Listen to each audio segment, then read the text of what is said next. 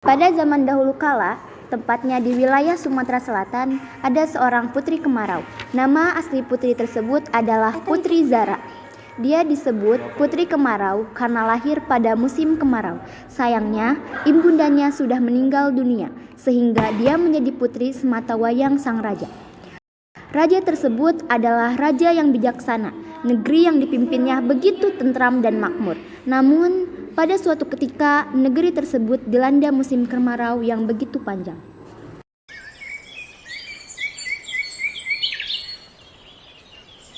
Bagaimana ini? Apakah kau sudah mengamati kondisi negara beberapa bulan ini? Ya, negara ini tampak begitu menyedihkan. Ada banyak rakyat yang mengeluh tentang musim kemarau ini. Mereka kekurangan air, dan bahkan ada yang sangat kelaparan berkat musim kemarau ini. Tidakkah kalian berpikir sebaiknya kita menghadap raja saja? Setuju? Setuju. Kalau begitu, ayo kita ke istana sekarang. Hei, kalian hendak kemana? Kami akan ke istana untuk menghadap raja, untuk meminta bantuan agar bisa mengatasi masalah kekeringan ini. Apakah kau ingin ikut? Ya, aku ikut. Sawahku juga kering akibat musim kemarau ini.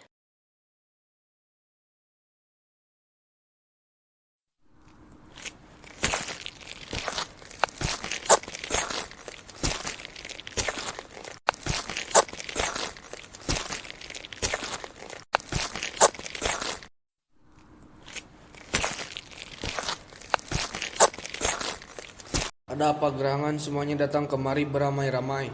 Apakah ada hal yang penting? Mohon maaf pengawal, kami semuanya di sini ingin bertemu dengan Baginda Raja. Apakah boleh? Kami ingin berbicara kepada Baginda Raja tentang masalah yang sedang terjadi di negeri ini. Baiklah, tunggu di sini. Saya akan panggilkan sang raja untuk datang kemari. Mereka semuanya berjalan ke istana. Setibanya di istana, mereka bertemu dengan pengawal, dan pengawal tersebut mengantar mereka ke hadapan raja.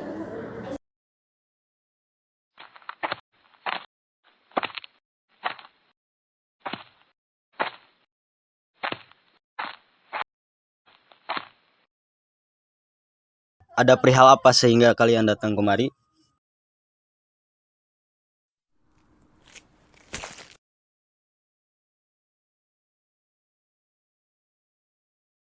Mohon maaf atas kedatangan kami, Baginda.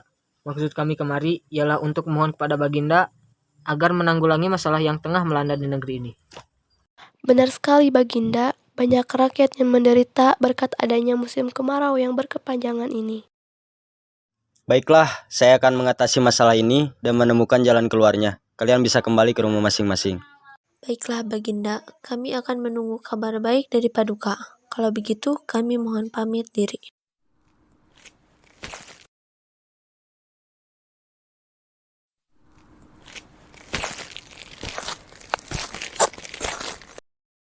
Setelah kepergiannya, para rakyat, raja pun termenung dan memikirkan cara untuk mengatasi masalah yang terjadi pada negeri ini. Tidak lama kemudian, datanglah penasihat kerajaan serta para pengawal menghampiri sang raja.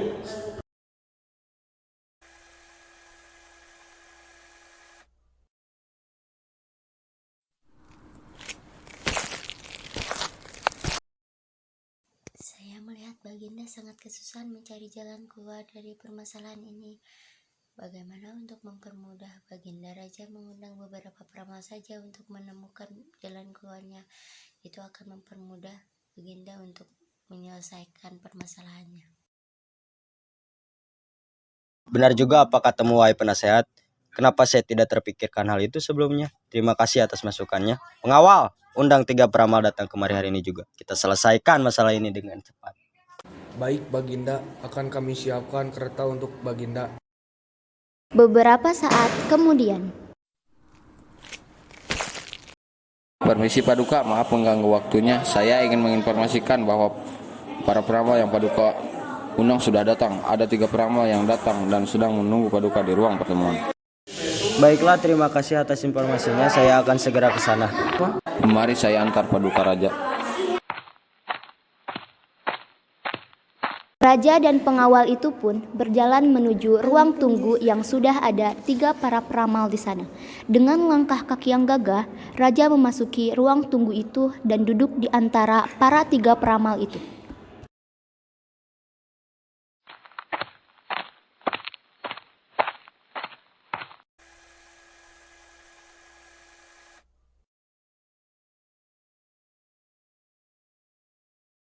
Mohon maaf Baginda, apa gelang paduka menggil kami kemari?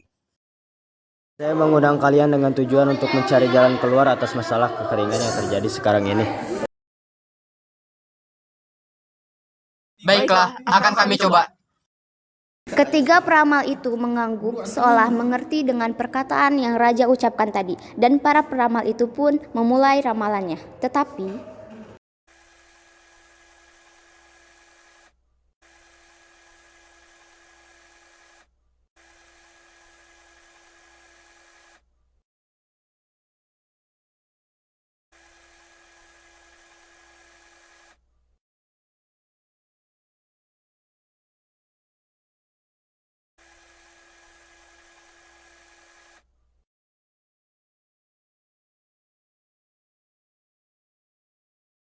Beribu maaf Baginda, saya tidak dapat menemukan solusi atas masalah ini.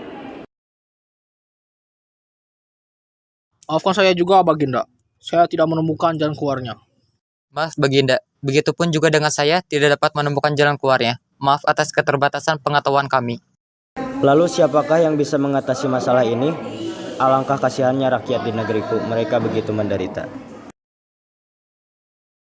Baiklah, kalian boleh kembali. Kalau begitu, kami pamit undur diri.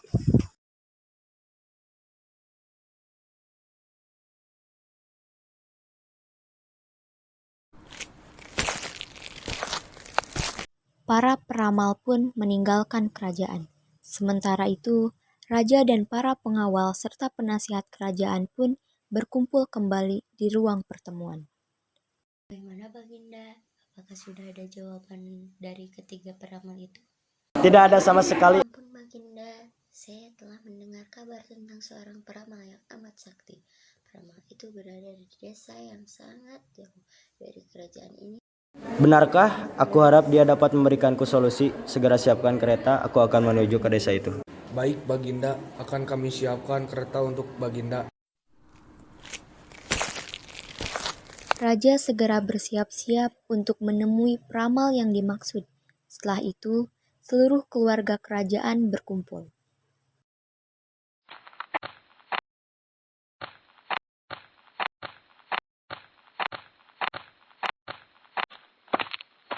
Duhai anakku, ayah akan menemui seorang peramal yang ada di desa yang jauh dari kerajaan ini. Selama kepergian ayah percayakan kerajaan ini kepadamu. Baiklah, aku akan mematuhi perintah ayah.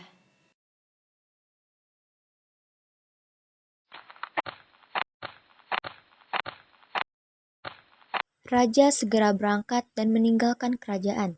Setelah beberapa lama, Raja pun tiba di kediaman para peramal yang dituju.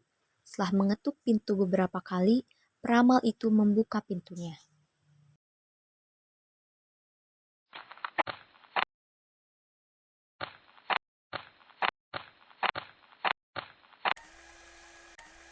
Suatu kehormatan bagi hamba. Baginda telah jauh-jauh datang ke gubuk hamba. Kiranya, apa yang membuat Paduka datang kemari? Wahai peramal, negeriku tengah dilanda musim kemarau. Rakyatku kesulitan dalam menghadapinya dan aku tidak mempunyai jalan keluar. Tolong, apakah kau ada cara untuk mengatasinya? Baiklah, akan saya coba.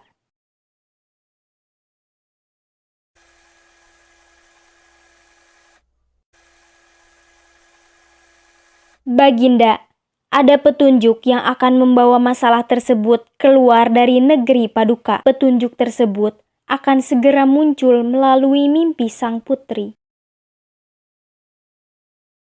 Baiklah Tuan Peramal, aku akan menanyakannya kepada putriku. Terima kasih telah membantuku dan saya pamit undur diri.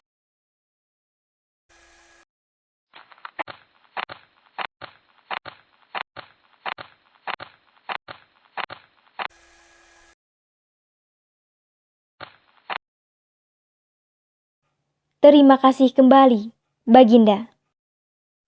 Sang raja pun meninggalkan rumah peramal dan kembali ke istana. Setelah perjalanan yang sangat panjang dan sampai di kerajaannya, raja kemudian menemui putrinya.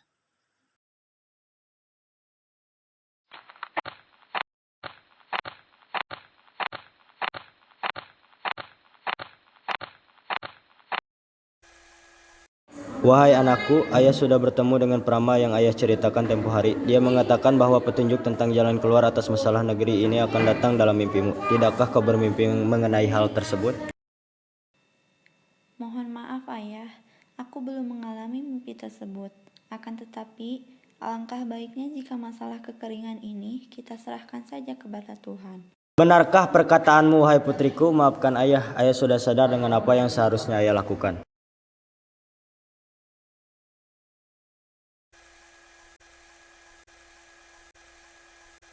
Malam pun tiba. Sang putri sedang tertidur pulas di kamar pribadinya. Saat tidurnya itu, putri bertemu dengan ibunya dan menemukan suatu petunjuk.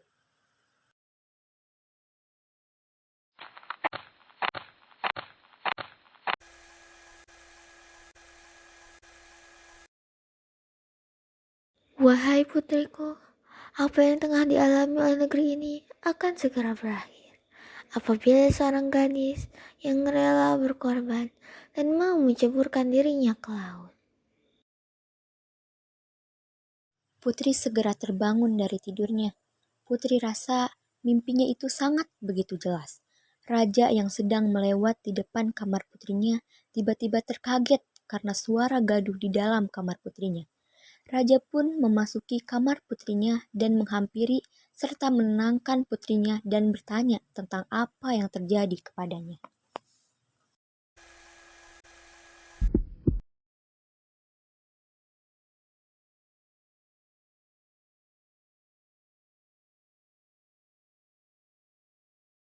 Ada apakah, wahai putriku? Ayah, aku mendapatkan mimpi. Dalam mimpi tersebut, aku bertemu dengan ibunda. Ibunda mengatakan bahwa kesulitan yang tengah dialami oleh negeri ini akan segera berakhir apabila ada seorang gadis yang bersedia berkorban dan mau menceburkan dirinya ke laut. Bila memang begitu, mari kita berikan pengumuman kepada rakyat tentang hal ini. Ayah juga akan mengadakan sayembara untuk menemukan gadis yang rela berkorban untuk kerajaan. Pengawal!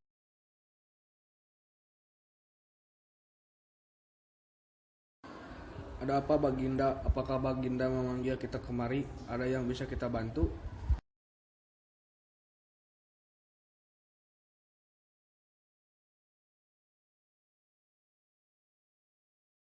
Ya, saya memanggil kalian kemari ingin meminta tolong untuk mengumpulkan seluruh rakyat besok pagi.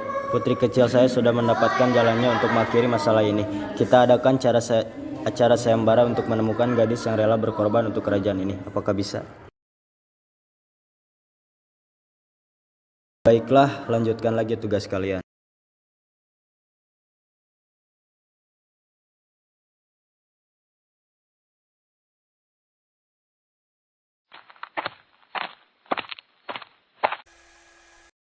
Pada keesokan harinya, raja menepati ucapannya.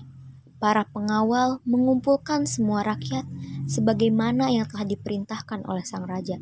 Dan raja pun bertanya siapa yang mau berkorban sesuai dengan mimpi yang dialami oleh putrinya. Wahai rakyatku, adakah dari kalian yang bersedia mengajukan diri untuk melaksanakan amanah ini?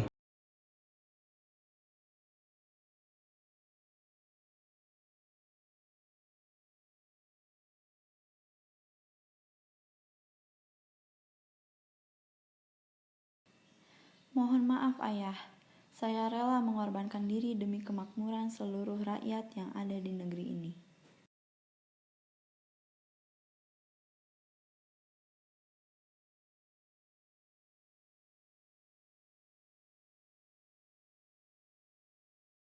Jangan anakku, kau adalah satu-satunya keluarga yang aku miliki. Engkau pula yang akan meneruskan memimpin kerajaan ini.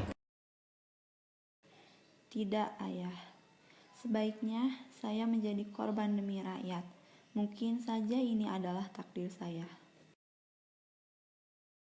Baiklah, putriku, kalau begitu tekadmu, maka nanti malam kita akan menuju ke tepi laut.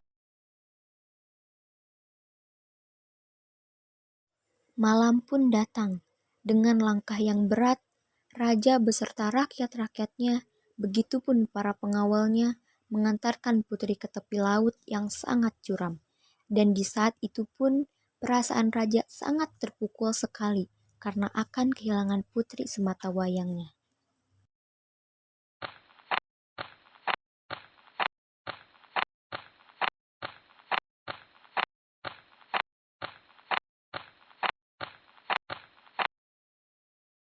Anakku, apakah kau yakin dengan semua ini? Iya, Ayah. Tolong ikhlaskan kepergianku dan maafkan juga kesalahanku. Kamu tidak mempunyai kesalahan apapun kepada ayah putriku, maafkan ayahmu ini. Dengan rasa berat hati, raja pun melepaskan putrinya untuk berkorban demi negerinya. Dan di saat itu pun, putri sang raja berjalan menuju tebing dan menerjunkan dirinya ke laut.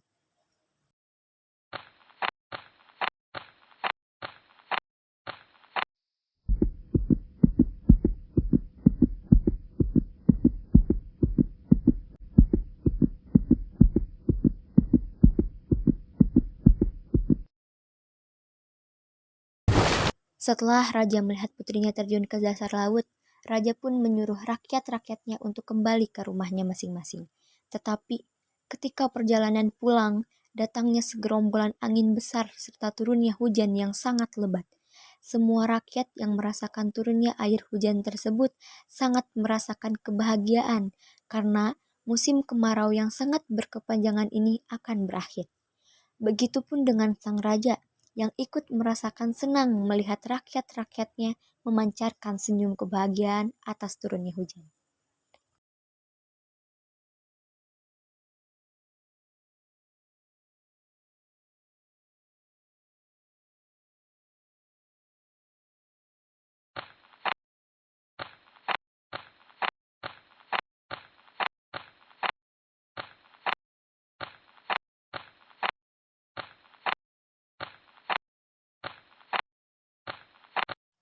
Di situ pula, raja merasa sedih karena kehilangan putri semata wayangnya.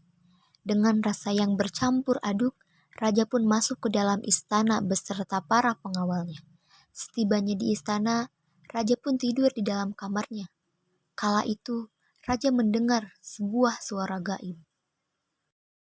Pergilah ke tepi laut dan temui putrimu. Niscaya putrimu masih hidup dan sedang menunggumu. Raja terbangun ketika mendengar suara yang entah dari mana asalnya, dan bergegas raja kembali menemui rakyatnya dan menyuruhnya untuk kembali ke laut.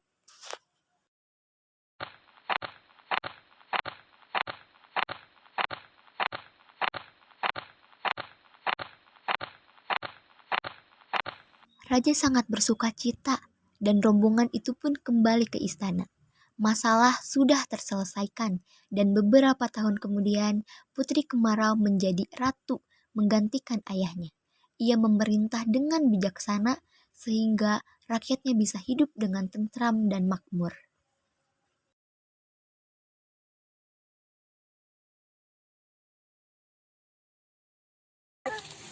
Berbicara kepada Baginda Raja tentang masalah yang sedang terjadi di negeri ini. Nah, terus yang ngerokok, terus. Baginda, ada petunjuk yang akan membawa masalah tersebut Terus dari negeri Paduka. Pelan atuh bego. Petunjuk tersebut Pelan-pelan. akan segera muncul melalui mimpi sang putri. Sana pelan-pelan. Nah, hop 1 2 3 ke atas. Jangan lagi. Atas.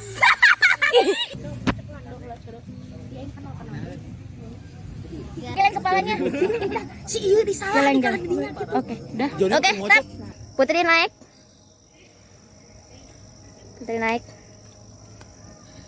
Diam, tahan. Nungkul semuanya nungkul. 1 2 3 lompat Jar. Iya sok 1 2 3 hop. Terus Jar. Nah. Gue lah punyaan. Nungkul. Diam. Nungkul. Oke. Balik, kembali balik arah. Punyaan. Nongkul. Diam. Punyaan. Nongkul. Diam. Nongkul. Oke. Balik. Pelan-pelan. Terus jalan. Awas.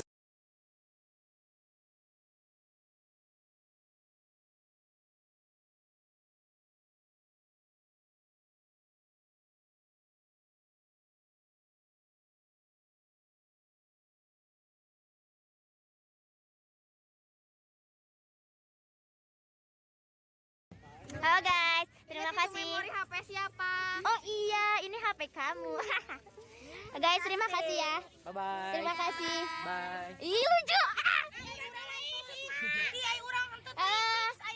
Dadah semuanya. Terima kasih ya. Terima kasih. Terima kasih atas kerja kerasnya, kerjasamanya. Sip. Asik. Mukanya udah kecil semua.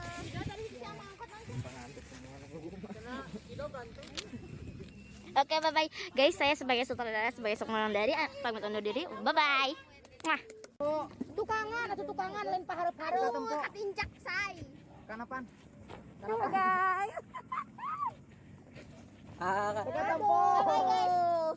Kenapa Silvia? Silvia kanapan? Jangan lupa subscribe channel kita.